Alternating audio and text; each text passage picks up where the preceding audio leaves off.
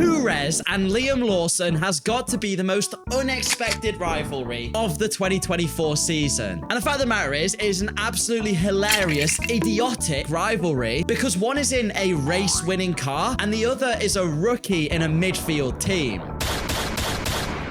So what has been going on with Sergio Perez and Liam Lawson? Flashback to 2023 and Daniel Ricciardo throws his car in the bin during practice. This breaks his wrist, meaning he can't race in Formula 1, and in gets thrown New Zealand rookie Liam Lawson. His first race was perhaps one of the most difficult of the year, as it was a wet, changing conditions Zandvoort, and at the end of the day, despite the little practice he was given, he kept it on track and finished the race, so props to him for that one. Wow!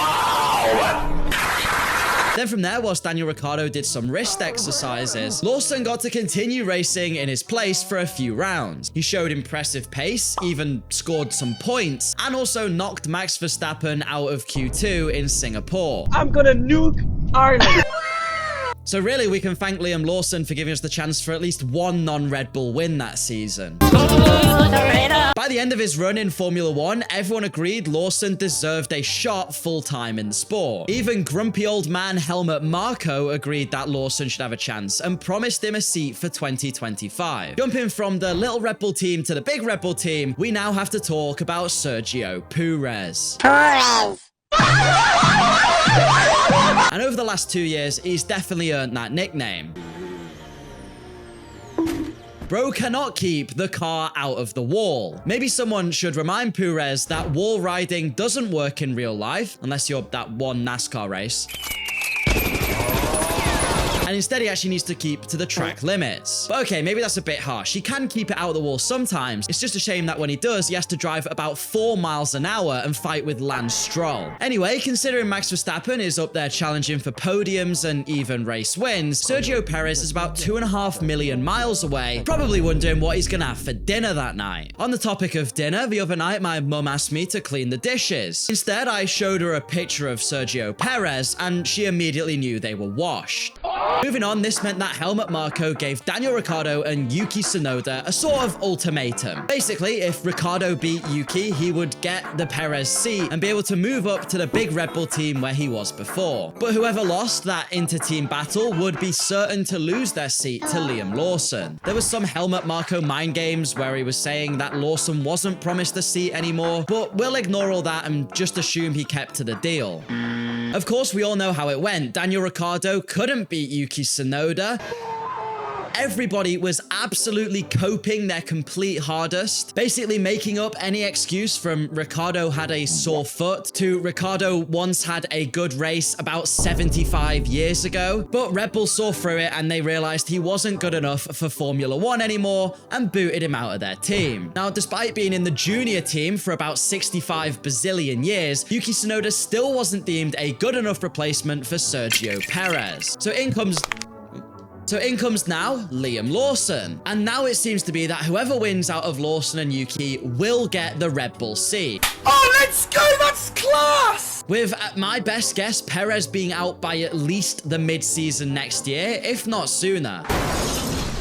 Like, genuinely, if Perez doesn't do something pretty good in these last 3 races, I don't think it's impossible for him to be dropped over the winter break. And I mean, he's going to need a secure 2020 level drive to actually have any hope of staying in Formula 1. This guy is literally going to be in Vietnamese Formula 7 unless he does something drastic. But anyway, because he's still continuing to be the most washed driver on the planet, Sergio Perez has been qualifying around where Liam Lawson's car should be qualifying. And then what happens next? Well, first, let me quickly plug something for you real quick. If you can hear me out for 2 seconds, I would massively appreciate it.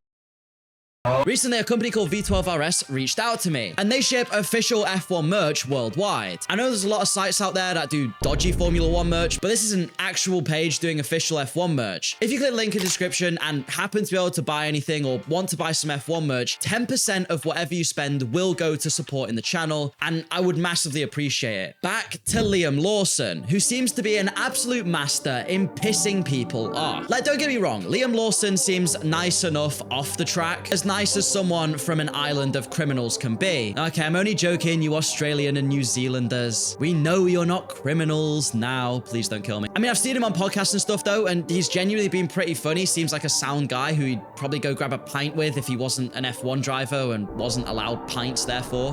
But on the track, oh my, this man is an absolute maniac.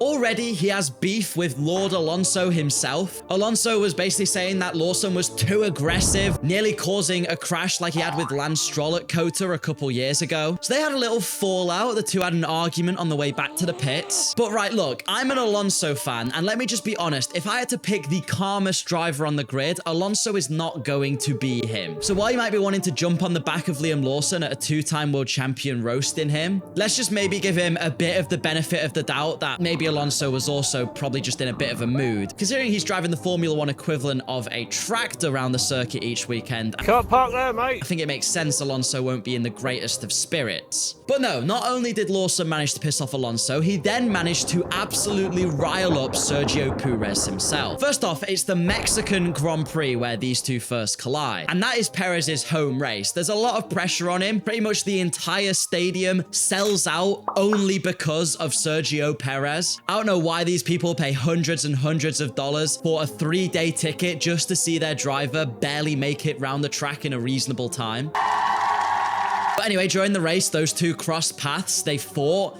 and Perez got damage after they had a little collision. So if the Mexican cartel didn't want to already murder Liam Lawson, he decided to, and this is just too funny not to laugh at, he decided to flip Perez off as he drove past him, and I think that is just absolutely hilarious. I mean, don't get me wrong, there's probably about 50 hits out for him now from the Mexican cartel, and he needs about 20 bodyguards for next year's Mexican Grand Prix, but the balls to do that mid-race is just so funny. Anyway, after flipping Perez off and probably making Helmut Marko shit his pants with anger, in Brazil, Liam Lawson continued to have beef with Perez, complaining on one of his qualifying laps that Perez was probably blocking him. Wait, who was that? Was it Chick or Max?